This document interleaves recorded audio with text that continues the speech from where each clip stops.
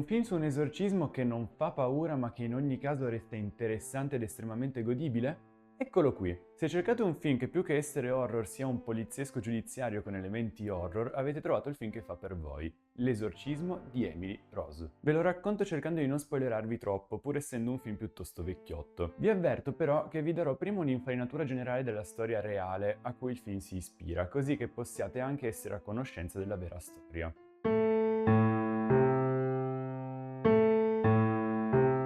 Il film si ispira alla vera storia di Anneliese Michel, scrittrice tedesca affetta da epilessia e depressione, la quale ha vissuto un'esistenza piuttosto complessa a causa della sua salute precaria e della rigida educazione ecclesiastica imposta dalla famiglia, soprattutto dal padre. Una ragazza che, a causa della polmonite e della tubercolosi, dovette trasferirsi in un sanatorio per poi tornare a casa totalmente cambiata e depressa. Dopo il suo ritorno iniziò a sentire voci che parlavano dell'inferno e a subire delle crisi epilettiche che consistevano nella perdita momentanea di coscienza, per cui le furono prescritti dei farmaci. Le furono eseguiti numerosi esorcismi, si parla di 67 in totale, e il suo corpo al momento della morte fu trovato completamente denutrito e con svariati segni autoinflitti, a quanto pare dovuti dalle possessioni dei demoni. In sede di autopsia non fu trovata alcuna anomalia nell'area del lobo temporale.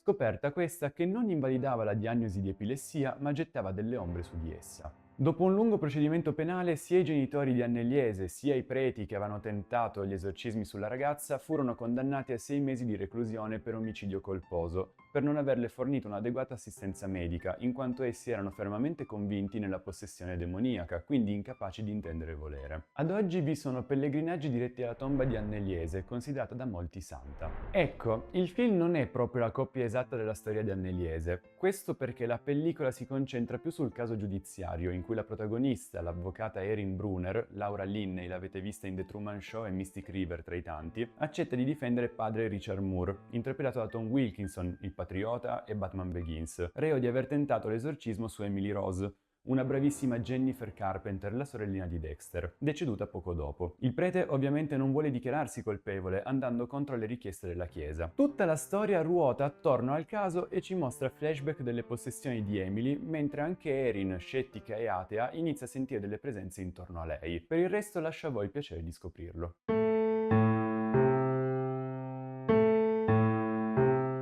Il tocco di Scott Derrickson, regista tra gli altri di Doctor Strange, si sente non poco. Dimostra di essere pienamente nel suo elemento con l'horror poliziesco, senza premere mai troppo sulla paura, in favore di un racconto più reale e crudo. La fotografia è sempre ottima e all'altezza di ciò che la storia ci vuole raccontare. Basti notare l'oscurità opprimente nelle scene delle ore 3, momento in cui le presenze si palesano, o le scene nella casa di Emily, in cui vengono mostrati i muri mal ridotti dalla ragazza. Insomma, un ottimo lavoro.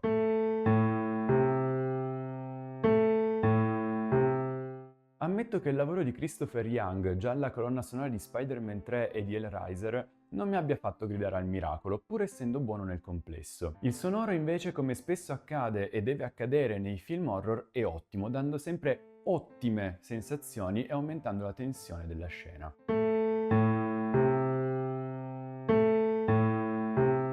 Un film in cui Jennifer Carpenter la fa da padrona e rende il suo personaggio in modo davvero reale, non esagera mai, soprattutto nei momenti di possessione, in cui molti cadono nell'overacting. Molto bene anche Tom Wilkinson, sempre intenso al punto giusto, e Laura Linney, azzeccatissima per la parte, pur non riuscendo mai a sovrastare i compagni di schermo. Nota di merito anche a Campbell Scott, il paparino di Peter Parker nella serie di Amazing Spider-Man, che qui interpreta l'avvocato dell'accusa, bravissimo nel rendere antipatico il suo personaggio, cosa per cui ci vuole una certa bravura. Perfetto il doppiaggio. Su tutti ho apprezzato in particolare Michele Gammino su Wilkinson, bravissimo nel seguire l'intensità della sua interpretazione.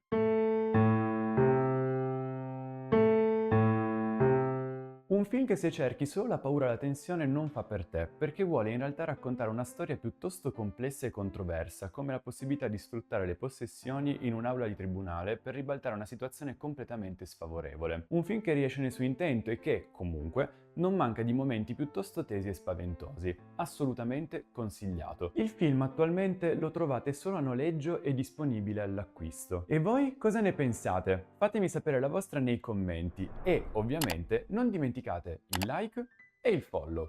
Ciao!